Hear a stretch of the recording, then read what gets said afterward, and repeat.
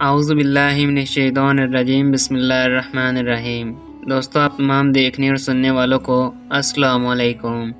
دوستو، جس طرح چین کے بادشاہ کو خاقان، روس کے بادشاہ کو زار، روم کے بادشاہ کو قیصر اور ایران کے بادشاہ کو کسریٰ کہتے تھے، اسی طرح قدیم مصر کے بادشاہ کو فرعون کہا جاتا تھا۔ حضرت موسیٰ علیہ السلام کے دور میں جو فرعون تھا اس کا نام ولید بن مضعف تھا، جبکہ مصری روایتوں میں اس کا نام رمیسس ثانی لکھا گیا ہے۔ فرعون خود کو نہ صرف مصر کا بادشاہ کہتا بلکہ خود کو خدا کہلواتا تھا اور خود کو مقدس ہستی ظاہر کرتا تھا۔ وہ اپنی رعایا سے کہا کرتا تھا کہ میں تمہارا سب سے بڑا رب ہوں، نعوذ باللہ من ذالک۔ وہ نہایت ہی ظالم، سرکش اور متکبر تھا۔ وہ لوگوں کو چھوٹی چھوٹی غلطیوں پر سخت ترین سزائیں دیتا تھا۔ فرعون کی حکومت میں بنی اسرائیل کی حالت بدترین تھی۔ ان سے مصر کے تمام عہدے چھین لیے گئے اور لوگ ان پر بے حساب ظلم کرتے تھے۔ بنی اسرائیل کی تعداد کئی لاکھ ہونے کے باوجود مصر میں ان کی حیثیت صرف غلام کی تھی۔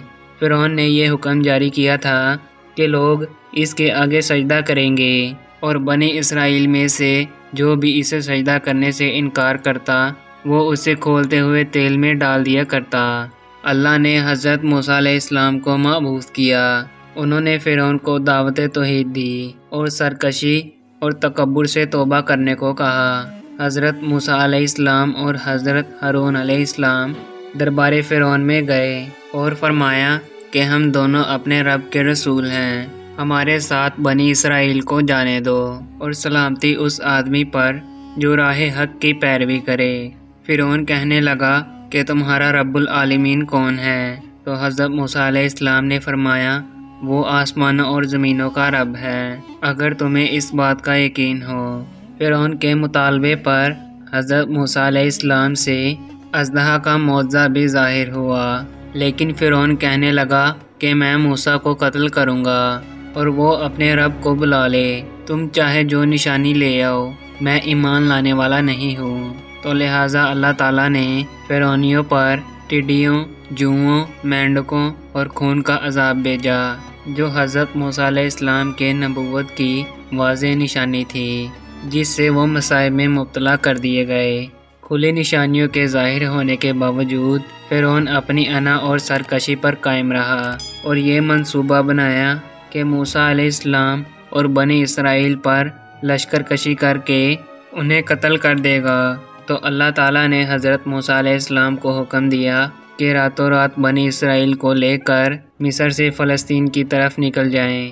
لہٰذا آپ بنی اسرائیل کے ساتھ نکل پڑے اور پھر فرعون نے اپنی پوری لشکر کو جمع کیا اور آپ کے پیچھے نکل پڑا۔ شام کے وقت تک وہ بحر احمر کے کنارے تک پہنچ گئے۔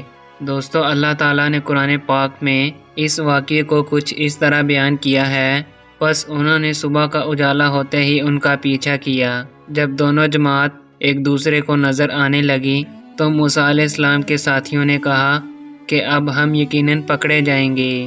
تو موسیٰ علیہ السلام نے کہا کہ ایسا ہرگز نہیں ہوگا، بے شک میرا اللہ میرے ساتھ ہے، وہ ضرور میری مدد کرے گا۔ تو ہم نے موسیٰ کو وحی کے ذریعے کہا کہ آپ اپنی لاٹھی سمندر کے پانی پر ماریں۔ انہوں نے ایسا ہی کیا اور سمندر دو حصوں میں بٹ گیا اور ہر ایک حصہ ایک بڑے پہاڑ کی مانند ہو گیا۔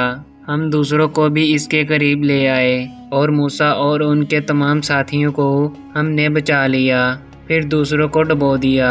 یقیناً اس واقعے میں ایک نشانی ہے۔ فرعون اور اس کا لشکر پانی میں غرق ہو گئے اور عذاب الہی کا شکار ہوئے، جبکہ اللہ نے حضرت موسیٰ علیہ السلام اور ان پر ایمان لانے والوں کو نجات عطا فرمائی۔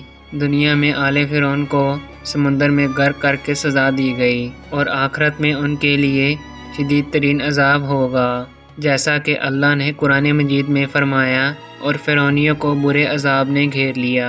وہ لوگ صبح اور شام نار جہنم کے سامنے پیش کیے جاتے ہیں، اور جس دن قیامت آئے گی تو اللہ فرمائے گا کہ فرعونیوں کو سخت سے سخت ترین عذاب میں داخل کرو۔